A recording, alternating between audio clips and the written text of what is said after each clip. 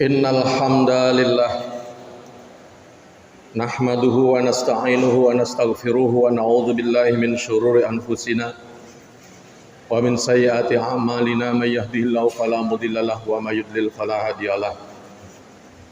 Asyhadu an la ilaha illallah wahdahu la syarika lah wa asyhadu anna Muhammadan abduhu wa rasuluh. Allahumma shalli wa sallim ala asyrafil anbiya'i wal mursalin Nabiyyina Muhammadin wa ala alihi wa sahbihi ajma'in, amma ba'd. Faya ayyuhal muslimun usikum wa iyaya bitaqwallah faqad fazal muttaqun. Wasma'u ma qala Allah ta'ala fil Qur'anil Karim wa'tasimu bihablillahi jami'an wa la tafarraqu. Al-ayat. Hadirin jamaah Jum'ah rahimakumullah. Mengawali khutbah ini tidak lupa kami menyampaikan pesan atau wasiat khususnya untuk diri pribadi kami dan kepada kita sekalian. Marilah kita terus berupaya meningkatkan ketakwaan kita kepada Allah Subhanahu wa taala dengan terus berusaha menjalankan segala perintah-perintahnya dan juga berusaha menjauhi segala larangannya. Kaum muslimin rahimakumullah, alhamdulillah, tentunya kita wajib menyampaikan syukur kehadirat Allah Subhanahu wa taala karena hari ini merupakan Jumat terakhir di dalam bulan suci Ramadan tahun ini. Bahkan ada sebagian saudara kita pada hari ini sudah lebih dahulu melaksanakan sholat Idul Fitri. Tentunya perbedaan ini tidak usah dibesar-besarkan karena memang hal ini merupakan satu kebiasaan dan semuanya memiliki dalil masing-masing. Semuanya memiliki hadisnya masing-masing sehingga kita tidak perlu membesar-besarkan perbedaan yang bersifat furu'iyah. Sama halnya ketika kita juga berbeda dengan saudara kita yang lain dalam hal misalnya sholat subuh, ada yang kunut, ada yang tidak kunut. Sholat wajib, ada yang pakai usolli, ada yang tidak pakai usolli. Semuanya kalau kita pelajari, kita kaji, memang punya pedomannya masing-masing. Kita harus bisa saling menghargai satu sama lain. Lebih-lebih dengan saudara yang satu keyakinan dengan kita, satu agama dengan kita. Sebagaimana ayat yang saya sampaikan tadi di awal terdapat di dalam surat Ali Imran 103 yang artinya kata Allah, berpegang teguhlah kalian dengan tali Allah dan janganlah kalian tafarraqu, saling bercerai-berai, apalagi saling bermusuhan, dan ingatlah akan nikmat Allah kepada kalian ketika saat itu kalian saling bermusuhan satu sama lain. Fa'allafa baina qulubikum, namun Allah kemudian melunakkan, meluruhkan hati umat Islam, hati kita semua, sehingga kemudian fa'asbahtum bi nikmatihi ikhwana, kalian semua menjadi bersaudara satu sama lain, saling menghargai satu sama lain. Hadirin kaum muslimin rahimakumullah, salah seorang ulama kita juga pernah berusaha mendamaikan keadaan umat Islam khususnya di Indonesia. Beliau kalau tidak salah adalah Kiai Haji Ahmad Siddiq.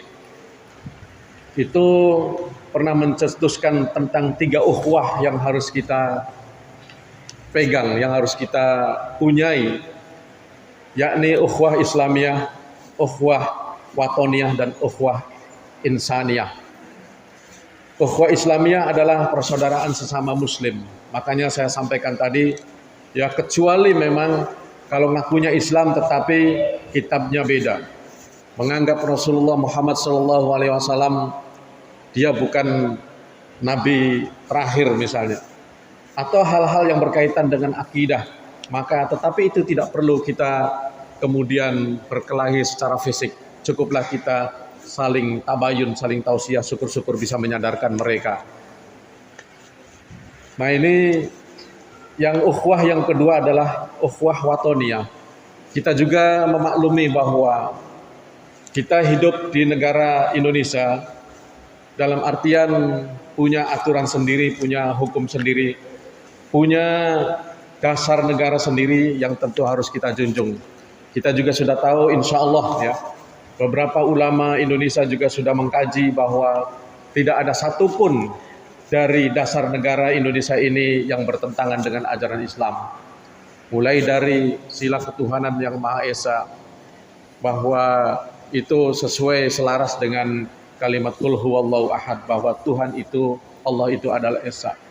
Kemanusiaan yang adil dan beradab, tentunya juga di dalam ajaran Islam bersikap adil sangat dianjurkan, sangat diperintahkan, dan beradab adalah tentu bagian dari diutusnya Rasulullah ke dunia ini adalah untuk menyebarkan adab, menyebarkan etika dan akhlak. Begitupun seterusnya dengan sila-sila lain, itu sudah dikaji oleh para ulama. Sehingga kita dalam kondisi hidup berbangsa dan bernegara juga harus bisa saling menghargai satu sama lain.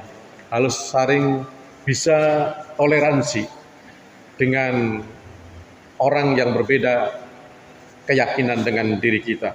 Namun tentunya toleransinya adalah sesuai dengan batas-batas yang diajarkan di dalam Al-Quran maupun Sunnah Nabi. Hadirin kaum muslimin rahimakumullah.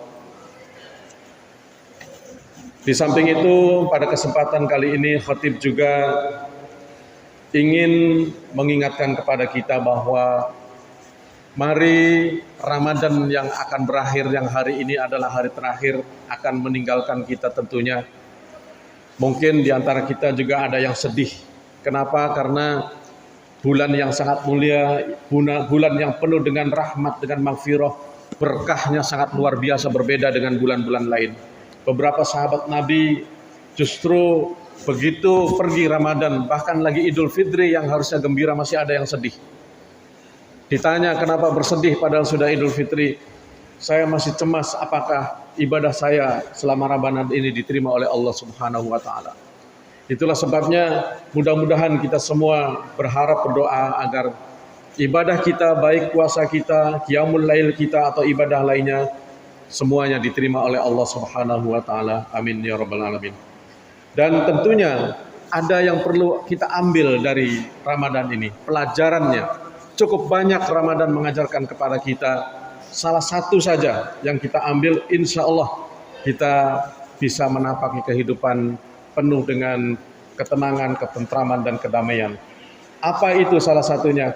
Salah satunya adalah dengan puasa kita sedang dididik, dilatih oleh Allah untuk bisa mengendalikan hawa nafsu kita, untuk bisa mengendalikan diri kita dari hal-hal yang diharamkan oleh Allah Subhanahu wa taala. Dalam surat Al-Kahfi ayat 28, Allah Subhanahu wa taala menyampaikan, "Wala tuti man aghfalna qalbahu an dzikrina wattaba'a hawahu wa kana amruhu furuta." Kata Allah, janganlah kalian mengikuti orang-orang yang melupakan aku, di mana hati mereka tidak lagi mengingatku, tidak lagi berzikir kepadaku, dan mereka mengikuti hawa nafsunya, wa kana amruhu furuta, dan keadaan mereka sungguh melewati batas. Hadirin kaum muslimin rahimakumullah. Memang biang daripada keruwetan hidup kita, bahkan biang dari permusuhan di antara sesama manusia, itu adalah karena hawa nafsu. Itulah sebabnya didikan puasa ini sungguh sangat luar biasa. kita bisa melihat ya, misalnya nafsu apa ya? Katakanlah yang sangat populer, nafsu tigata, yang kita kenal dengan tigata. Nafsu terhadap harta, tahta, wanita. Nah ini ketika kita begitu bernafsu terhadap harta, dalam arti mencari harta merupakan Allah, ini juga hati-hati. Karena sesungguhnya harta yang kita kejar itu pada dasarnya hanyalah untuk kegunaan di dunia semata-mata. Boleh Islam kaya, boleh kita mencari nafkah, bisa menjadi kaya. Akan tetapi yang perlu diperhatikan adalah cara mencarinya dan kemudian juga digunakan untuk apa harta itu. Mulai cara mencari, kita carilah nafkah dengan cara halal dan gunakanlah harta yang sudah kita miliki di jalan Allah. Bukan untuk kemudian bersenang-senang melupakan Allah. Ingat kisah Qarun, dulu adalah orang yang sangat miskin. Ketika miskin dia sangat rajin di masjid, sangat rajin beribadah, tapi di satu kali dia minta doa kepada Nabi Musa untuk menjadi orang kaya. Didoakanlah oleh Nabi Musa, kemudian dia menjadi kaya raya dan akhirnya dia lupa kepada Allah, lupa ke masjid dan lupa ibadah lainnya. Tentu kita tidak ingin terjadi pada diri kita. Maka dari itu, mari kita niatkan dalam setiap mencari nafkah ya, karena Allah Subhanahu wa taala. Agar apa yang kita cari meskipun urusan dunia, tapi karena niatnya karena Allah, agar kita bisa beribadah kepada Allah, insya Allah mudah-mudahan dicatat sebagai amalan akhirat juga oleh Allah Subhanahu wa taala. Kemudian tahta, kita juga bisa melihat ya, mudah-mudahan ini bisa kita hindari. Karena saat ini orang sudah menyebut dunia makin adigang, adigung, adiguna. Kadang-kadang kita sudah saling sikut kanan, sikut kiri, tidak lagi melihat persaudaraan agar kita bisa berkuasa duduk di singgasana. Cara-cara yang tidak dibolehkan oleh aturan, apalagi oleh aturan agama kita, kadang-kadang dilanggar demi meraih tahta. Begitu juga halnya dengan wanita. Berhati-hatilah kita terhadap wanita ya, karena memang godaannya sangat luar biasa. Hadirin kaum muslimin rahimakumullah. Menutup khutbah ini saya bacakan salah satu hadis Rasulullah. Kata Nabi, inni lastu akhsha alaikum an tashrabu walakinni akhsha alaikumud dunya an tanawashuha. Aku enggak terlalu khawatir kalian akan syirik, kalian akan bersikap musyrik atau menyembah selain Allah. Tetapi yang aku cemaskan, yang aku khawatirkan adalah kalian akan berebutan masalah dunia, sehingga tidak lagi mempedulikan hukum-hukum yang Allah berikan, hukum-hukum yang Rasulullah ajarkan kepada kita. Demikian khutbah ini mudah-mudahan bisa kita pahami dan tentunya mudah-mudahan bisa memperbaiki diri kita semua, tentunya khususnya diri khatib dan bagi kita semua. Barakallahu li wa lakum fil Qur'anil azim wa nafa'ani wa iyyakum bima fihi minal ayati wa dzikril hakim wa taqabbal minni wa minkum tilawatahu innahu huwas samiul basir.